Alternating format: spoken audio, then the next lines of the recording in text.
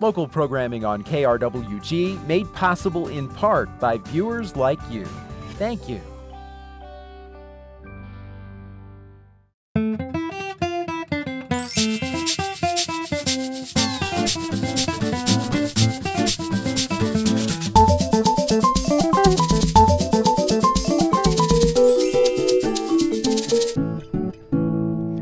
Welcome to Fronteras, A Changing America. I'm Monica Ortiz Uribe. It's that time of year when the Rio Grande River has water running through it. Most of the year here in southern New Mexico, it's a dry riverbed. As a result, most of the native vegetation around the banks has disappeared. So today we'll talk about an effort to restore that vegetation. And to talk about it, I'm happy to welcome our two guests, Sally Spener with the International Boundary and Water Commission and Beth Bardwell with Audubon New Mexico. Thanks for joining us. Thank you. All right, well, let's first talk about why is the Rio Grande River here in southern New Mexico dry for most of the year? So I think it's really gotten drier during the current drought, which has lasted for close to a decade now. Before that, water would be released from Elephant Butte Dam about 100 miles upstream or 60 miles upstream here from Las Cruces during the irrigation season, which was from March through November. And then, during the winter time, you'd still have irrigation return flows and bank discharge, and you'd still have some minimum base flow throughout the year. But since the drought, they have been restricted in the available water supply in Elephant Butte Reservoir, and so they've only been releasing water during the months of June and July.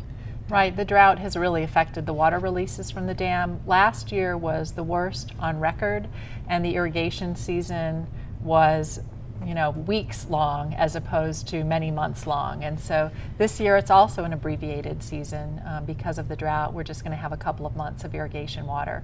But when we're not in a drought condition and reservoir conditions are good and water users, the farmers in this area are receiving their full allocations, then you would have water in the river from, say, March through well into the fall. Okay. And so how does that affect the ecology of the river? Well, I think it has a dramatic impact on the ecology. So the Elephant Butte Reservoir, when it was constructed back in 1916, was a single-purpose project, and it was authorized solely for irrigation releases. And so we have a release pattern that is almost the inverse of what a natural river flow would look like. So, usually we would, in a natural flowing river, you'd have the spring floods from the snow melt coming down from the southern Rockies, and then you would have kind of diminished or declining flow during the summer months, and then you would have a base flow in the wintertime. And with an irrigation release, of course, we have high sustained flows during the months of July and August when the temperatures are hottest and the crops need it most. And so it's almost the inverse of what a natural flowing river would look like. All right. Well, Sally, let's talk about the agency that you work for, the International Boundary and Water Commission. When I think of the agency, I think of water treaties, not necessarily river restoration. But can you tell us what the agency what the agency is and how you got into river restoration? The International Boundary and Water Commission has as its core mission, as you've described, the application of the boundary and water treaties between the United States and Mexico. And in this area, we actually have a treaty that dates back to 1906, where the United States delivers Rio Grande water to Mexico at Ciudad Juarez. The project, what we call our Rio Grande Canalization Project, which is basically the last 100 miles of the river in southern New Mexico, is a very unusual project for us because it is located entirely in the United States. All of the other work that we do as a commission and as a U.S. section of the Commission is located in the international reach of the river or along the international boundary between the United States and Mexico.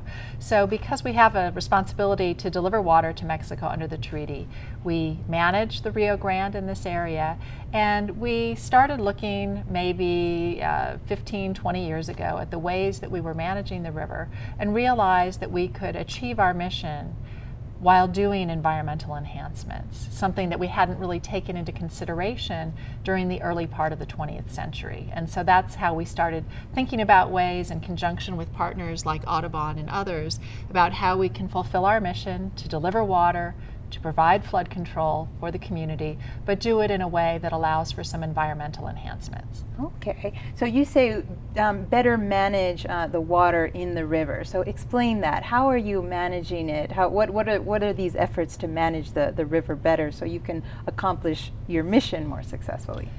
When we started doing work in the river channel in the first half of the 20th century, we had a very strong engineering approach. What is the most efficient way to get the water from point A to point B? What is the best way that we can provide flood control? And we decided that a straight river channel without a lot of vegetation along it was the most efficient, most direct way to achieve that mission. And so what we've learned is that there are things that we can do where we can allow vegetation to grow in certain areas in a way that we can still fulfill our mission. And so we have identified about 30 restoration sites along the Rio Grande where we are actively planting native vegetation to restore it. In addition, we have restored, or in the process of restoring, native grasslands. We used to mow the area next to the river and keep the grass nice and short, and we have found that in many acres we can in fact let the grass grow and help to restore some of the native habitat. We have a map showing these 30 sites. Tell me a little bit about where they go, from where to where, and where they are. Well, the Rio Grande Canalization Project is from Percha Dam, New Mexico, which is a little bit downstream from the larger Caballo Dam and Elephant Butte dams, all the way to El Paso. And so it's actually 105 miles long. And certainly in the upper reaches where it's less urbanized, we have more opportunity to do restoration activities.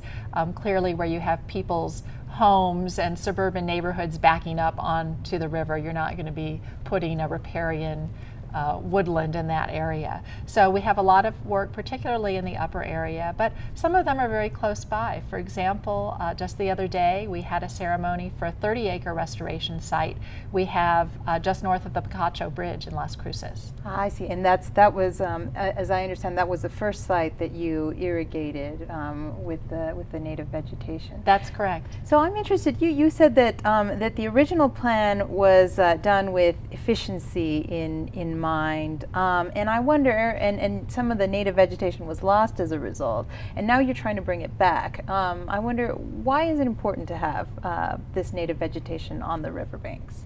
So especially in an arid state like New Mexico, you know, a lot of biodiversity, of course all of life depends on water, and so we have a really rich and abundant wildlife associated with our river corridors. So the vegetation that occurs there provides food and cover and nesting grounds and all of the ingredients for those animals to survive. And so when we alter that river corridor by mowing the floodplain or changing the way water flows through and on that area, then it can change the vegetation, both structure and diversity. And so then that in turn impacts the ability for wildlife to live there and survive. So someone goes out there with a lawnmower and mows the sides of the riverbanks? Is that? Well, we have done that, and we'll continue to do that in certain areas. For example, around bridges, you don't want to create a flood condition where there is a road that's crossing the river. So we will continue to do vegetation maintenance because we have to provide the flood protection benefits and make sure that we have the appropriate water deliveries. But we've been planting trees, for example, for the last maybe 15 years or so. And now we have in some areas these beautiful mature cottonwood trees. And I would say it's not only a benefit for the environment and the ecosystem, but it's a human benefit. I mean, who doesn't want to go out on the river and put their picnic basket and their blanket under a lovely shade tree to be able to enjoy that resource? And so you are doing this, you're feeding this native vegetation with irrigation water from the Elephant Butte Irrigation District. Tell us, what is the irrigation district, and how did you become a member, and how are you a unique member, as I understand you are? So if you want, let me just, I'll take a stab at that question. So So Elephant Butte Irrigation District, and I wish Gary Esslinger could have joined us today. He's the manager and a partner in this collaboration. So is a irrigation district whose boundaries encompass about 90,000 some acres that are used for food production. And I think their primary crops, of course, are pecans, alfalfa, and cotton. And so they were organized not long after the Elephant Butte Reservoir was constructed. And so they administer water for their members from the Rio Grande River. From the Rio Grande River. And when the Federal Bureau of Reclamation constructed the project, what we call the Rio Grande Project, which includes Elephant Butte Reservoir, they appropriated all of the water for this reach of the Rio Grande for irrigation. And so it's a single purpose project. And so one of the challenges that we had when we were trying to make this program work is to fit within that legal framework. Yeah. Could restoration of native vegetation be considered agriculture? If it were not, then we had to jump through a number of other legal hurdles to apply water to grow that type of vegetation. And so with the cooperation of the Bureau of Reclamation and with Elephant Butte Irrigation District, who actually passed a policy saying, yes, we're going to characterize whether you're growing cottonwoods. That's the same as if you were growing cotton. It's an agricultural use. So that was a significant milestone when they passed that policy, and they did that about a year ago. So in order to have access to water, you had to become a member of the Elephant Butte Irrigation District, which is mainly made up of farmers, and do use the water slightly differently. Mm-hmm. That's right. And I think one of the things that's important with this approach, Beth talked about this collaborative process and our partners in this. We were not going to be the federal government coming in and taking someone's water and saying, we're going to take your water, quit farming with it, we're going to use it for environmental restoration. That's not the approach that we took. We didn't feel that that was appropriate in this area, and we wanted to do it in a voluntary, market-based way with full cooperation and collaboration of our partners. And so that's been a key aspect of the work that we've done, and the solution, as Beth described, was to work with the irrigation district, where we, the International Boundary and Water Commission, United States section, is considered a farmer, essentially, an irrigator. We're growing cottonwoods instead of cotton, as she said. I see. So, then when you, so how is it that you became a member, and how are you acquiring the water rights from the district? Because as I understand, all the water rights are spoken for. Mm-hmm. And so the water rights are actually owned by the individual farmers. And so we are out doing outreach to water rights owners, whether they are residential users, because, as the district has urbanized over time and subdivisions have gone in, what was once irrigated land may now be a residential yard. Now, some of those subdivisions are still receive irrigation water. They're called a small tract. And they receive irrigation water from the river, in a full supply year, maybe up to 7 times a year. In the drought, they may receive it 1 time a year, and they'll irrigate their landscaping, their residential landscaping. Some of them actually own and have very small tracts of pecans, and they'll irrigate their pecan trees. So, one idea is to focus on these small tract water rights owners who may be paying still the same annual assessment they always have, but instead of receiving water as frequently during this drought, they're not getting it as often. And so they may be more interested in selling their water rights on a voluntary basis at fair market value. And so that's one target. We have one community of water rights holders we're looking at, but also larger ones as well. We're interested in acquiring water rights. And so anyone who's watching the program today who is part of the Elephant Butte Irrigation District and might be interested in leasing, donating, or selling water, it's a voluntary market-based transaction, we'd love to hear from them. Okay. We'd love to talk with them. We have just started our acquisition of water rights, and we are going to continue to do this for the next several years. Well, we have a phone number and an email address. Is that correct? That water rights holders can use to call if they're interested in participating. Yes, they can call our office in El Paso at 915-832-4701. Okay. And so I wonder, have you already found some volunteers or some water rights sellers? And tell me about them. So the first water rights transaction that we closed on, in which we celebrated just yesterday on the river at Leesburg Restoration Site, was Alamogordo Moving and Storage. So they were a company here in town who had built their moving storage facility on land that had historically been irrigated, and they owned these water rights, and they didn't have a use for them. And so we contacted them. They were interested in selling. We negotiated a purchase price, and then we went through the transaction process.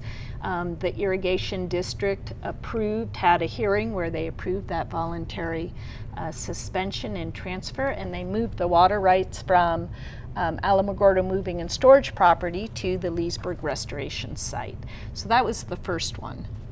And then we have another gentleman who decided to go with xeriscaping, and he said, I'm not going to be using this water. I don't need to grow grass out here in the desert. And so he was very happy to see that water is being used for environmental restoration somewhere else along the river. So it's completely voluntary, but we think people are hearing the message. They're interested in seeing these restoration areas along the Rio Grande, and we look forward to working with other partners in the community who are willing to sell, lease, or donate water rights for this purpose. So you've got a company and just an individual, a private Right. property owner that decided to. Okay. Well, tell me then, what is this water going to about? What is being planted and grown at these 30 different sites, these 30 different restoration sites? So I think it's a combination of what would have occurred here naturally.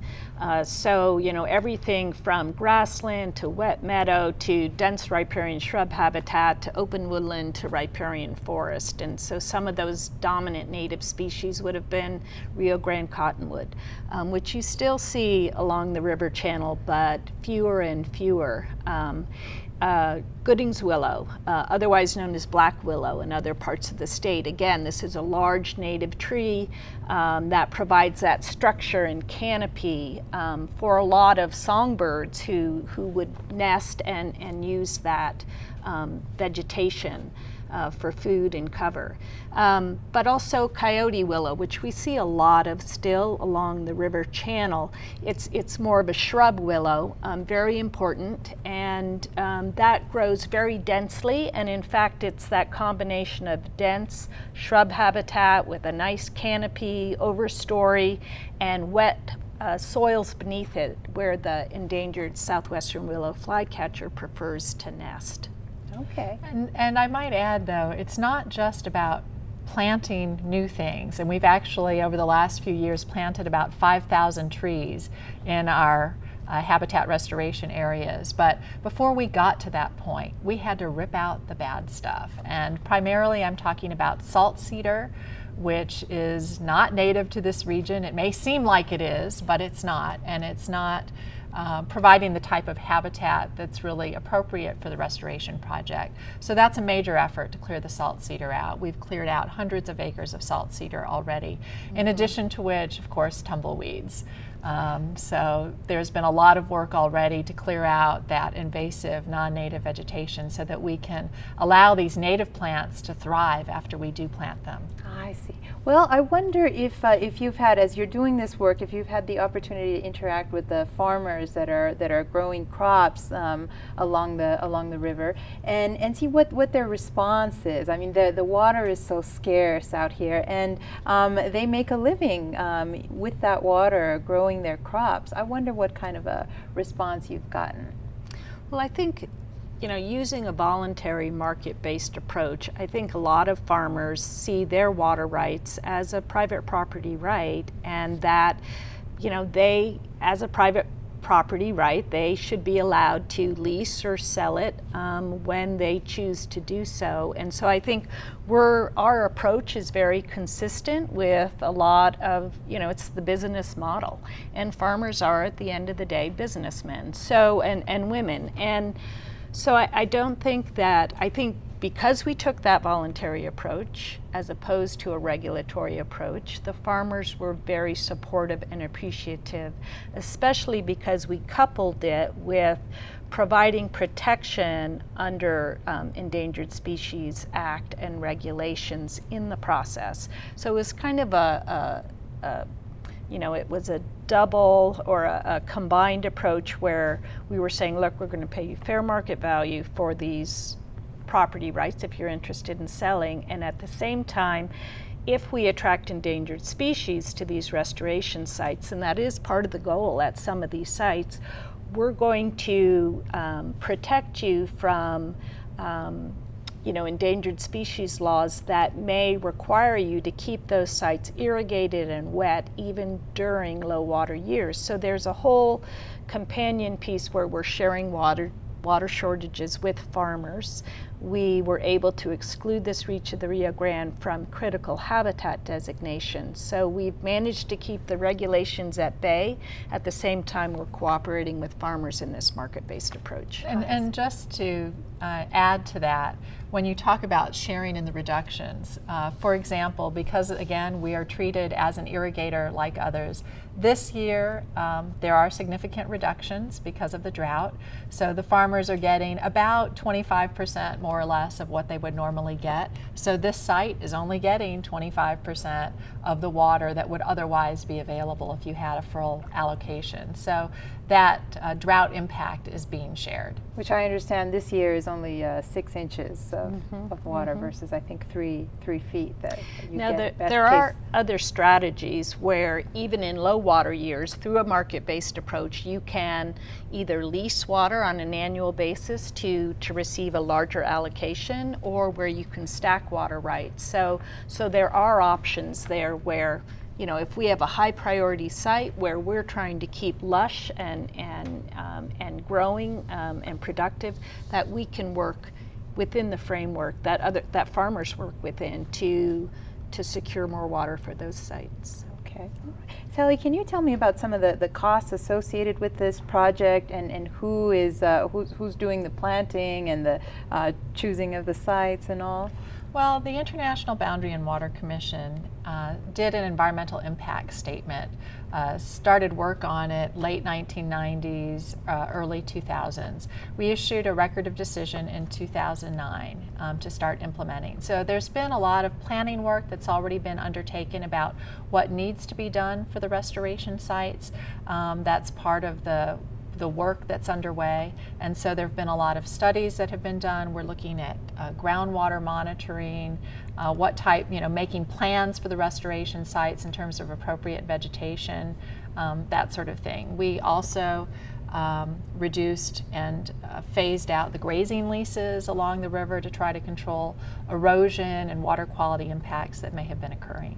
Okay, and give me a sense of the cost of the project. I'm sorry, that was your original question, was the cost. So to back up into that, right, so we've done all this planning work. So over the 10-year time frame for implementation, it's going to be about an $11 million activity. Okay, all right.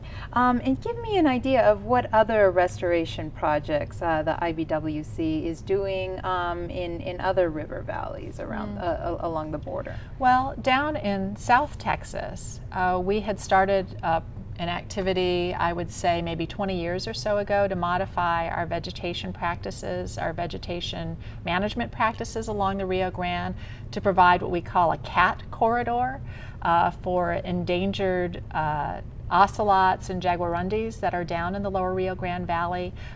There's also a wildlife refuge that is along the river corridor down there. On the Colorado River, we just completed an activity to provide what's known as a pulse flow. It was a short duration kind of slug of water to help jumpstart some of the native plantings that we've done along the Colorado River, and that's in the area of Yuma, Arizona, Mexicali, Baja California. Yeah, I think people might have remembered reading this earlier in the spring. This is actually happening on the Mexican side, is that correct? Well, the releases are going through the international boundary segment of the Colorado River, then flowing to the Colorado River Delta in Mexico. And for the first time in many years, we actually had the river reconnect with the sea. That lower part of the Colorado River, as we see on the Rio Grande, is often dry. I see. Okay. Well, what is the next step in this project here on the Rio Grande? You've made your first irrigation. What's next? I think we continue to look for willing sellers who would like to participate in this program, and we're continuing to remove salt cedars, plant more vegetation, and sustain that vegetation through irrigation flows at certain sites. So I think we're all looking forward to watching these trees and vegetation grow. Okay, very good. Well, before we sign off, I'd like to then share with the audience, the viewers, the phone number and the email address where they can contact you if they're interested in selling water rights. And this is just if you live in what section of the Rio Grande? The Elephant Butte Irrigation District. Okay, so if you're part of the Elephant Butte Irrigation District, we've got a phone number, and we've got an email address that people can call you on. Very good. Well, thank you very much, Sally and Beth, for coming on our show today, and I wish you luck with your project. Thank you. This has been Fronteras, so A much. Changing America. I'm Monica Ortiz Uribe.